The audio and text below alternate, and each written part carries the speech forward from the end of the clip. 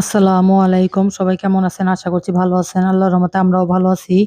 তো আজকে রান্না করব হচ্ছে হলো গিয়া কই মাছ ভুনা আর হচ্ছে হলো গিয়া মানে ভাজি করব একটা। তো এখানে কই মাছগুলা সুন্দর করে ভাইজা নিব। আমরা যেকোনো মাছই ভাজা ছাড়া খাইতে পারি না।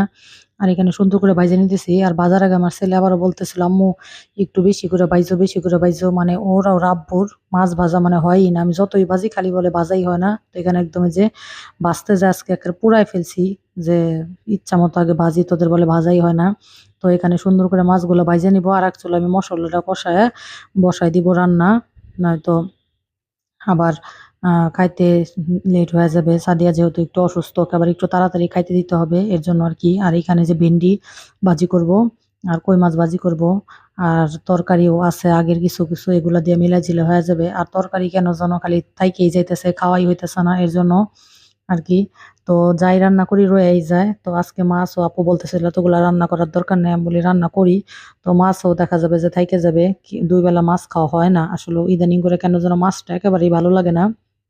আর আমি এপাশে চুলায় মাছ ভুনা বসায় দিব। আর ভাজি করব, আর কিছুই রান্না করব না। তো মাছটা কড়া করে ভাইজা নিতেছি। আর আমার ছেলে বলতেছে, "আম্মু আমারটা আরেকটু কড়া কইরো।" তো আমি বলতেছি, "আমি মাছ ভাজতে পারি না। তোদেরটা তোরা ভাইজা খা। নাইতো যতই ভাজি খালি বলে ভাজাই হয় না, ভাজাই হয় না।" আরকি বলতেছিলাম, কয় না। তো অবশ্য মানে ছেলেরে বইলা লাভ নাই। আমিও মাছ একটু ভাজা কম হইলে ইদানিং কেন যেন খাইতে পারি না। মোট কথা মাছই ভালো লাগে না, যাও বা খাই। একদম কড়কড়া করে ভাজলে তারপরে খাইতে পারি। আর এদিকে যে ভাজিটাও আমার প্রায় হয়ে গেছে। এখন একটু মানে নামায় নিবো। আর প্রত্যেকটা ভাজিতেই আমি মানে একদম লাল করে ভাজি করি, ভাল লাগে। একটু কাঁচা থাকলে আমার হাসব্যান্ডও পছন্দ করে না, আমার কাছেও অত ভালো লাগে না। আর মসলা দিলে আমার ছেলে ভেন্ডি ভাজি, করলা ভাজি এগুলো অনেক পছন্দ করে। অনেক মারাই বলে বাচ্চারা নাকি মুরগির মাংস ছাড়া ভাত খায় না বা এইটা ছাড়া ভাত খায় না। কিন্তু মসলা দিলে আমার ছেলে আবার ভাজি ভর্তাই বেশি পছন্দ করে। পেঁপে ভর্তা, বেগুন ভর্তা, করলা ভাজি, ভেন্ডি ভাজি এগুলো হইলে তো মহা খুশি। আজকে ভেন্ডি ভাজি করতেছি, ও মানে খুবই খুশি হইতেছে। আর এদিকে আমি একটু মসলা-টসলা সবকিছুই কম দেবো মাছের ভিতরে, যেহেতু সাদিয়াও খাবে, ও একটু অসুস্থ এর জন্য আরকি। নয়তোবা একটু ঝাল দিতাম। আর আমার কাছে ভুনা তরকারি একটু ঝাল হইলে বেশি মজা লাগে। তো আজকে যেহেতু সবাই মিলে একত্রে খাবো, শুধু আমার চিন্তা করলে তো হবে না। এর জন্য আরকি একটু করতেছি, কমাইয়াই দিতেছি। আর আমার কাছে কেন যেন খালি ঝাল বেশি হয়ে যায় মনে হইতেছে। আর ভাজিটা একটু বাইরে নিলাম। তো আমি ১ম এ ঝোল মানে মাছটা একদমই ভুনা করতে চাইছিলাম। মানে তেল, তেল সুরা। তো আমার হাসব্যান্ড বলতেছে, "না, তেল সুরা করলে ভাল লাগবে না। একটু ঝোল রাইখো।" আবার ভাবলাম না, যেহেতু মানুষ বেশি আসলেও হবে না। তো একটু ঝোল রাখি। তো মাছটা রান্না করতেছি মানে আমার মানে একটু তেল সুরা করার ইচ্ছা ছিল। মানে আবার ওদের কথা চিন্তা করতেছি যে না, আমার একার জন্য সবার খাওয়া নষ্ট করার দরকার নাই। আমার ছেলেরও আবার একটু ঝোলই পছন্দ। তারপর মাহিনের ঝোল পছন্দ, মাহিনের বাপের। তো আমার হাসব্যান্ডের, এজন্য ভাবলাম যে আমার একার জন্য সবার খাওয়া নষ্ট করার দরকার নাই। তো একটু ঝোলই রাখবো, এর জন্য পরিমাণে একটু পানি বেশি দিয়ে দিলাম। আর বেগুন দিয়ে রান্না করতাম। যেহেতু সাদিয়া খাবে এর জন্য আর বেগুন দিলাম না, ভুনাই করলাম। তো যা, আমার একার জন্য চিন্তা করে লাভ নেই। সবাই একখানে থাকলে সবার কথা চিন্তা করে রান্না করাটাই ভালো। আর জায়গায় রান্না করে উঠে ভাল লাগে না। এত রান্না-বান্না। না?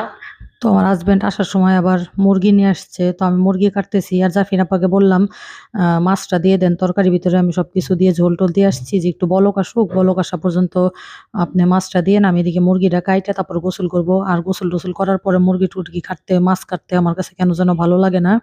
তো আমার মুরগি কাটা শেষ। মাছটা যে দেখতেছি। আর আমার হাসব্যান্ড বলতেছে, "এইভাবেই নামাও।" আর আমি আরেকটু ঝোল শুকাইতে চাইছি কিন্তু আমি পারলাম না। তো বলতেছে, "না, তুমি নামাও একটু ঝোল-ঝোলই।" তো নামায় ফেললাম। তো আমি বলতেছি যে, "আমার খাওয়াটা আজকে ভালো হবে না। আমি একদমই ঝোল কমাইতে চাইছিলাম। তোমাদের জন্য পারলাম না।" কয়, "না, একটু ঝোলই ভাল লাগবে।" তো যাই হোক, রান্না-বান্না শেষ করে সবাইকে যে খাইতে দিয়ে দিলাম গোসল-টোসল কইরা আইসা। তো সবাই মিলে একসাথে খাইলে আসলেও ভাল লাগে। তো এর জন্য তো ১ম এ আমি আমার হাসব্যান্ডকে খাবারটা দিয়ে দিচ্ছি। তারপরে আমার ছেলে, সাদিয়ারে বলতেছি, "এসে খাইয়া নে একসঙ্গে সবাই মিলে।" তো খাওয়া-দাওয়া শেষ করব। এদিকে খুশি আপা আবার পেঁপে ভর্তা করছিল। পেঁপে ভর্তা দিয়ে গেল। তো ভর্তা-টর্তা খুবই ভালো লাগে। আর অনেক বাচ্চারা দেখি খায় না। কিন্তু আমার ছেলে পেঁপে ভর্তাও অনেক ভালো লাগে। তো এক করে এখন সবাইকে যে খাবার দিয়ে দিতেছি। আর গরম ভাত, ভর্তা, ভাজি, ভুনা খুবই ভালো লাগে। তো সাদিয়ারা চলে যাইতে চাইতেছে। তো আবিরের আব্বু বলতেছে যে, "যাইস না, ২ দিন ৩ দিন থাইকা যা।" তো এর জন্য আরকি ওরা নাকি আজকে বিকালে চলে যাবে। তো আবির বলতেছে যে, "না যাইস না, আরো পরে যা।" আর এদিকে যে কুলসা শাকও দিয়ে গেছে। কাঁঠালের বিচি, মিষ্টি কুমড়া, পুঁই শাক দিয়ে রান্না করছে, তারপরে ভর্তা। তো আমি বলতেছি, "এত তরকারি আগে জানলে তো আমি ভাজি করতামই না।" এদিকে আমাদের ফ্রিজের তরকারি তো আবার আছেই। আর এই যে মাছ ভুনা। তো অনেকদিন পর কই মাছ ভুনা করলাম। আমাদের মানে সচরাচর মাছ খাওয়া হয় না। তো আর আমরা খাই খুব বাছা মাছ। তো এদিকে যে আবির বলতেছে, "আম্মু যেটা বেশি ভাজা হইছে সেটা আমাকে দাও।" মানে এত ভাজার পরও আমার ছেলের বলে ভাজাই হইতেছে না। তো ও ভর্তা-টর্তা দিয়েই আগে খায়া পরে মাছ নিতেই চেয়েছিল না, আমি কই নে। তো আজকের মতো এই পর্যন্ত। সবাই ভালো থাকবেন। আমাদের জন্য দোয়া করবেন। চ্যানেলটা সাবস্ক্রাইব